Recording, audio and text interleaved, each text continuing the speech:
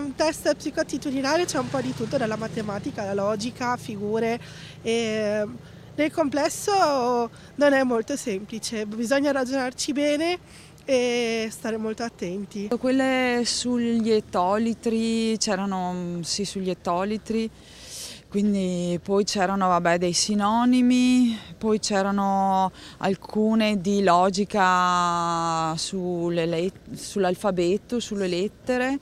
Ti sembravano difficili per questo posto da netturbino? Impegnative. Ma le domande del turno delle 8:30 sono le stesse di quelle delle 11?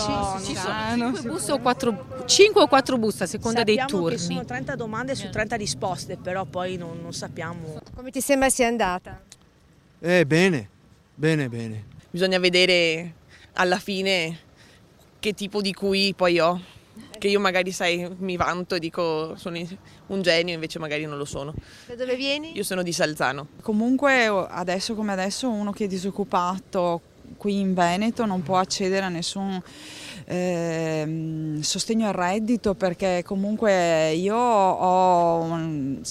sono proprietaria della casa dove abito con i miei genitori e quindi tu sei già escluso da qualsiasi forma di sostegno al reddito solo perché hai una casa che poi è quella che abiti, ma però... Speriamo di essere tra quelli lì, insomma.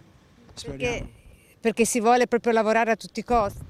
Sì, anche perché magari sul lavoro prima che avevi eri stagionale e qui magari è una possibilità un domani di diventare un operaio fisso. In primis avere un posto di lavoro per potermi garantire comunque un futuro, e se posso fare carriera all'interno di questa azienda non mi dispiacerebbe.